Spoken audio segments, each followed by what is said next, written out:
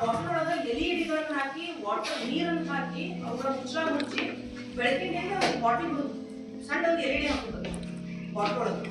ಆ L E ಡಿಯ ದೀಪ ಆ ನೀರಿನ ಒಳಭಾಗದಲ್ಲಿ ಆಂತರಿಕವಾಗಿ ಅನೇಕ ಬಾರಿ ಪ್ರತಿಫಲಿಸಿ ಹೇಗೆ ಒಂದು ವಜ್ರದಲ್ಲಿ ಬೆಳಕಿನ ಕಿರಣ ಹೋದಾಗ ಬಹಳಷ್ಟು ಪ್ರತಿಫಲಿಸಿ ಪ್ರಕಾಶಮಾನವಾಗಿ ಏನು ಕಾಣುತ್ತೋ ಹಾಗೊಂದು ಎಲ್ ಇ ಡಿಯ ಬಲ್ಬು ನೀರಿನೊಳಗೆ ಬಹಳಷ್ಟು ಪ್ರಕಾಶಮಾನವಾಗಿ ಕಾಣಿಸಿ ಇಡೀ ಮನೆ ತುಂಬ ಬೆಳಕು.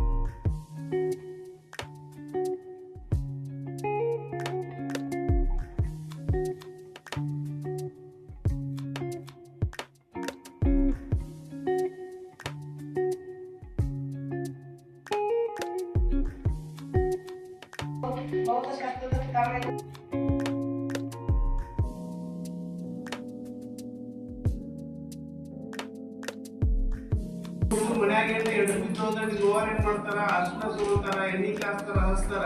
ಆ ಅರ್ಶಿನದಾಗ ಏನೈತಪ್ಪ ಅನ್ನೋದನ್ನ ನಿಮ್ಗೆ ಗೊತ್ತಿಲ್ಲ. ಆಂಟಿಸೆಪ್ಟಿಕ್ ಇರ್ತೈತೆ ಅದ್ರೊಳಗೆ. ಅಂದ್ರ ನಂಜಿನ ಈ ನಂಜು ಇರ್ತೈತೆ ನೋಡ್ರಿ ಮನುಷ್ಯ, ಆ ನಂಜು ಕಡಿಮೆ ಆಗ್ಲೈತೆ ಅರ್ಶಿನ ತಕ್ಷಣ ಹಚ್ತಾರ. ಈ ಬಳ್ಳೊಳ್ಳಿ, ಈ ಅರಿಶಿನ ಇವೆಲ್ಲದರಲ್ಲೂ ನಾವೇನೈತಪ್ಪ ಅಂದ್ರೆ ಸೈನ್ಸಿನ ವಿಶೇಷತೆಯನ್ನ ನಾವು ಕಾಣ್ತಾ ಇರ್ತೀವಿ. ಇವತ್ತು ಸೈನ್ಸ್ ಇಲ್ಲ ಅಂದ್ರೆ ಏನೂ ಇಲ್ಲ. ಇವತ್ತು ನಿಮ್ಮ ಕೃಷಿಯಲ್ಲಿ ಸಹ ನೀವು ಸೈನ್ಸ್ ಅನ್ನ ನೋಡ್ತಾ ಇದ್ದೀರಿ. ನಿಮ್ಮ ಊರಾಗ ಏನಾದ್ರು ರಾಶಿ ಮಾಡ್ಬೇಕಾಗಿತ್ತಂದ್ರೆ ಒಂದು ವಾರ ಗಂಟೆ ನೀವು ರಾಶಿ ಮಾಡ್ತಾ ಇದ್ರಿ.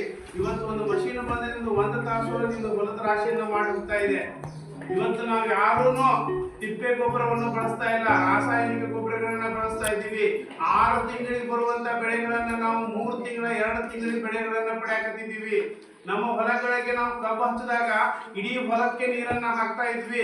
ಇವತ್ತು ವಿಜ್ಞಾನ ಹೆಂಗೆ ಬೆಳೀತಾ ಹೋಗ್ತಾ ಇದೆ, ಹಂಗೆ ಡ್ರಿಪ್ ಅನ್ನು ನಾವು ಯೂಸ್ ಮಾಡ್ತಾ ಇದ್ದೀವಿ. ನೀರನ್ನ ನಾವು ಪೋಲ್ ಮಾಡ್ತಾ ಇಲ್ಲ.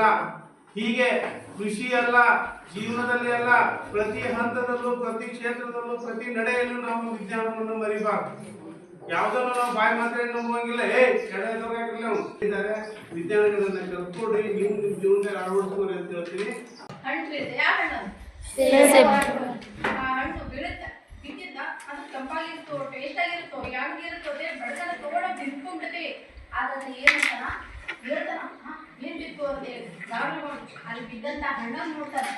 ಇದು ಎಲ್ಲಿ ಬಿತ್ತು, ಯಾರು ಹೋಗ್ಕೊಂಡಿದ್ರೆ ಸುತ್ತ ನೋಡ್ತಾನೆ, ಯಾರು ಮ್ಯಾಗ ನೋಡ್ತಾನ, ಸೇಬು ಹೊಡೆದು ಬಿಡ್ಕೊಳ್ಳಿ ಇರುತ್ತೆ, ಹಣ್ಣು ಇರುತ್ತೆ. ನಾ ಕರ್ದಿಲ್ಲ, ಬೆಬ್ಬಿಲ್ಲ, ಕಿತ್ತಿಲ್ಲ, ಆದ್ಮೇಲೆ ಹೆಂಗ್ ಬಿತ್ತು, ಡೈರೆಕ್ಟ್ ಇಲ್ಲೇ ಹೆಂಗ್ ಬಿತ್ತು ಅಂತೇಳಿ ಅದ್ರ ಬಗ್ಗೆ ವಿಚಾರ